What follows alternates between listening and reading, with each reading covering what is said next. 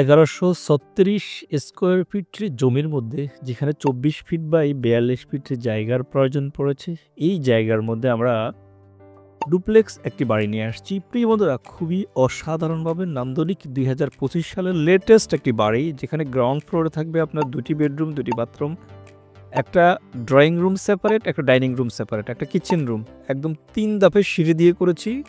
একটি ব্যালকনি থাকবে, একটি ফোর্স থাকবে। ফার্স্ট ফ্লোরে গিয়ে 3টি বেডরুম হয়ে যাবে, 2টি বাথরুম থাকবে।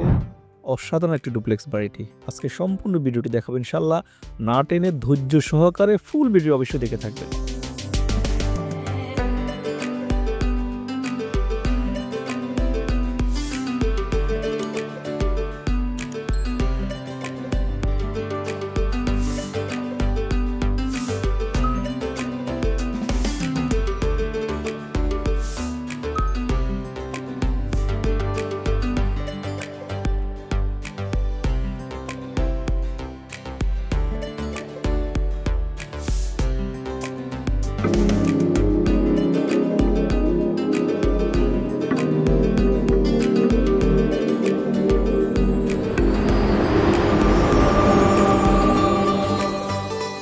বিসমিল্লাহির রহমানির রহিম। আসসালামু আলাইকুম ওয়া রাহমাতুল্লাহি ওয়া বারাকাতুহু।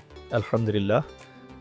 সম্মানিত বন্ধুরা, আপনাদের জন্য আরেকটি সুন্দর নান্দনিক ইকোনমিক্যাল টেকসই পরিবেশ বান্ধব একটি বাড়ি নিয়ে আসছি। প্রতিটি রুমে আলো বাতাসের সংমিশ্রণে একটি নান্দনিক ডিজাইন আজকে নিয়ে আসছি।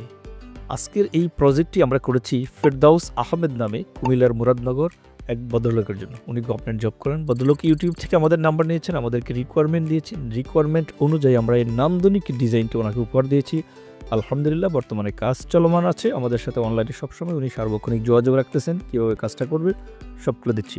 প্রিয় বন্ধুরা, সবচেয়ে মজার বিষয় হচ্ছে যে বাড়িটি আমরা করেছি, গ্রাউন্ড ফ্লোরে থাকবে 2টি বেডরুম, ফার্স্ট ফ্লোরে গিয়ে থাকবে 3টা বেডরুম। প্রতিটি রুমে একদম সুন্দর আলো বাতাস আসবেন, ন্যাচারাল পরিবেশ থাকবে। সব কিছুকে আমরা অ্যাকোমোডেশন করেছি।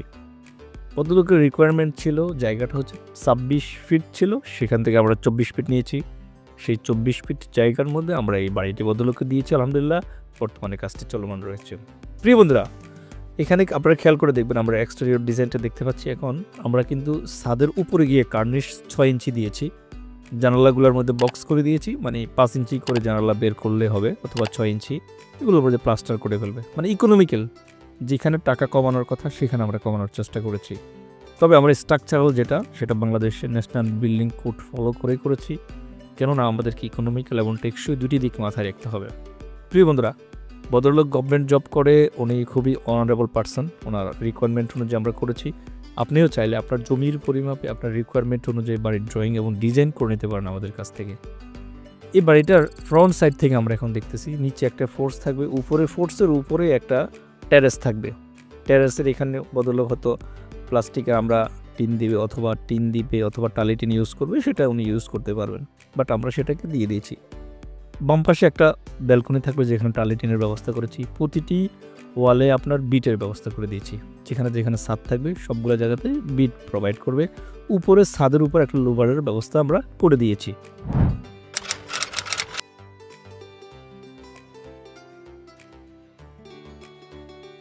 এটা হচ্ছে বাড়িটির টপ ভিউ। আমরা গ্রাউন্ড ফ্লোরের টপ ভিউ দেখতে পাচ্ছি। দেখুন, ফার্স্ট টাইম হচ্ছে ফোর্স দিয়ে বিল্ডিংয়ে প্রবেশ করলে 3 ধাপের সিঁড়ি পাবো ডান পাশ দিয়ে।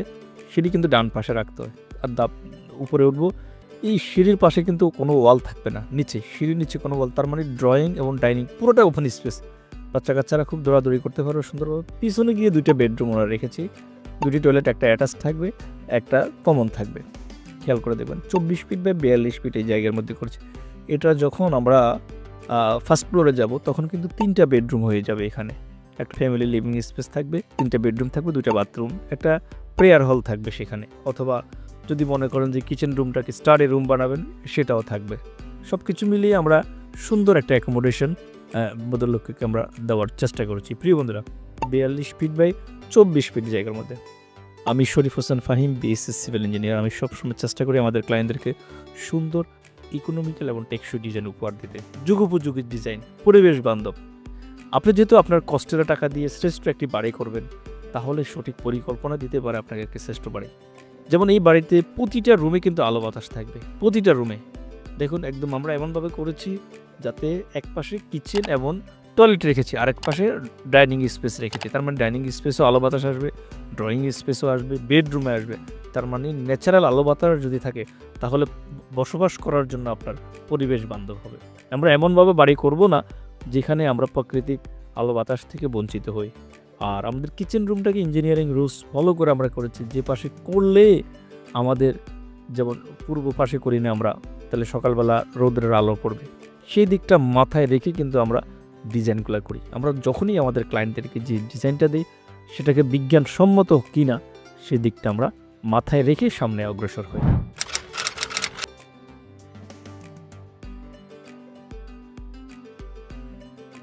প্রিয় বন্ধুরা, এখন আমরা দেখব বাড়িটির 2D ফ্লোর প্ল্যান। দেখুন, আমরা এতক্ষণ বাড়িটির এক্সটেরিয়র ডিজাইন দেখেছি, টপ ভিউ দেখেছি। এখন যেটি দেখব, এই বাড়িটা কীভাবে আমরা অ্যারেঞ্জমেন্ট করেছি সেটা আপনাদেরকে একদম ডাইমেনশন সহ এক্সপ্লেন করব।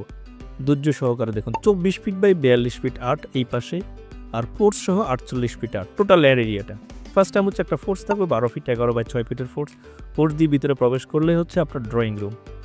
এই রুমটা হচ্ছে ড্রয়িং প্লাস স্টেয়ার রুমটা, খেয়াল করে দেখবেন। এখানে ড্রয়িং সোফা সেট থাকবে, টিভি হ্যাঙ্গিং থাকবে।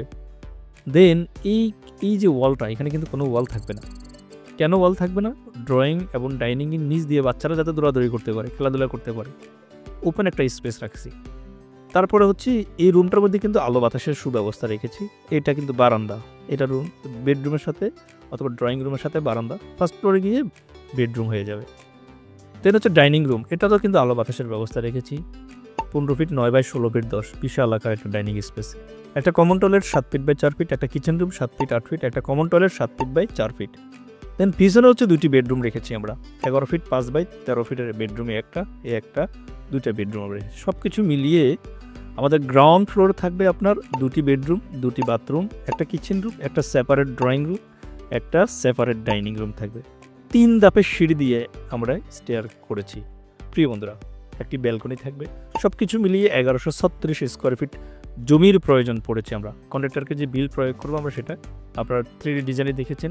ফার্স্ট ফ্লোরে যখন চলে যাব তখন এখানে হয়ে যাবে আরেকটা বেডরুম, সেটা 2D প্ল্যান। যখন আমরা full structural design, electrical, plumbing, 3D বই সহ আমাদের ক্লায়েন্টদেরকে দিয়ে থাকি, সেই জিনিসগুলো সেখানে ইনক্লুডেড থাকে। এখানে কয়টি কলাম লেগেছি, কলামের সাইজ কেমন হবে, বেজের সাইজ কেমন হবে, এই জিনিসগুলো কিন্তু ওয়ার্কিং ড্রয়িংয়ে উল্লেখ থাকবে। তো আমরা ফেরদৌস আহমেদ স্যারকে যে বাড়িটি করে দিয়েছি, আলহামদুলিল্লাহ কাজটি চলমান রয়েছেন। ভদ্রলোক আমাদের সাথে সবসময় কোঅপারেট করতেছেন, কীভাবে কাজগুলো হবে আমরা সেটাও আমাদেরকে ইনস্ট্রাকশন সবসময় দিয়ে যাচ্ছি। প্রিয় বন্ধুরা, এই জানালার মাপগুলো কেমন হবে সব কিছু আমরা ওয়ার্কিং ড্রয়িংয়ে আপলোড করে থাকি। চলুন আমরা এখন দেখি এই বাড়িটি দোতলা ফাউন্ডেশন দিয়ে একতলা কমপ্লিট করতে কত টাকা খরচ যাবে, সেই খরচের হিসাবটি দেখব ইনশাআল্লাহ।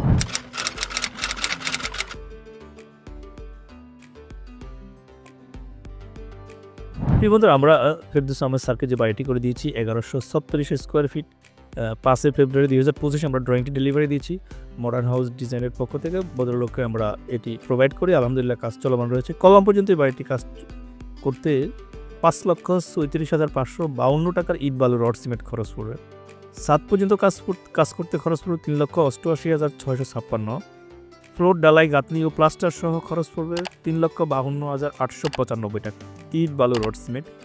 দোতলা ফাউন্ডেশন দিয়ে একতলা কমপ্লিট করতে সিমেন্ট লাগবে 521 ব্যাগ, 530 টাকা করে ধরেছি, 2,76,046 টাকা।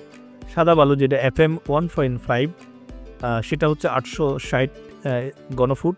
লাল বালু যেটা সিলেকশন বালু বলি আমরা 2.5 FM, সেটা হচ্ছে 569 ঘনফুট। ইটের খোয়া যে ফিকেট 15,900 প্লাস ভাঙাইতে হবে। গাঁথনি রেট 17,693 ফিস প্লাস।